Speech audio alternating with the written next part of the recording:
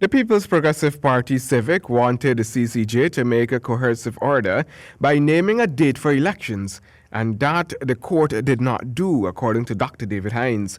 The court, however, ruled that the no-confidence motion was validly passed, noting that Article 106 of Guyana's Constitution gives clear guidance on what should happen next. Last Friday, when the court issued definitive orders highlighting the caretaker status of the government, the opposition saw it as a victory. Nothing else. Caretaker government. Caretaker. And so if anything about this ruling is something that we, all Guyana, should be proud of, is that the CCJ has finally put this government, categorized this government as a caretaker government. Nothing else matters. That alone was great for me. If they had only said that and nothing else in the ruling, then that would have been a major victory for me, for the People's Progressive Party, and for all of Guyana. This caretaker status. In Guyana's context, the WPA's executive rhetorically asked what a caretaker government is. A caretaker government is a temporary government. That's all it means. It says this government shall be in office for a temporary period.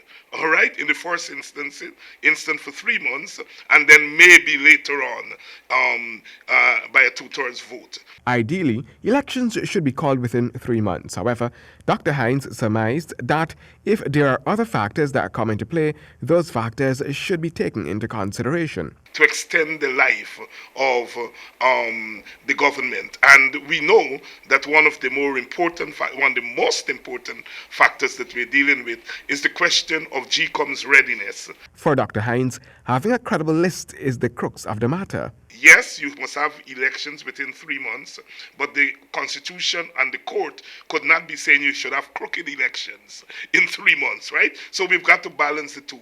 In 1990, former U.S. President Jimmy Carter came to Guyana and brokered a deal between the then PNC government and the opposition. At that time, the life of the government was extended for almost 2 years. In those 2 years, we had to have a new voters list, we had to have a new elections commission, and the government had to prepare generally for elections. The question of a caretaker government did not arise at that time, according to Dr. Hinds.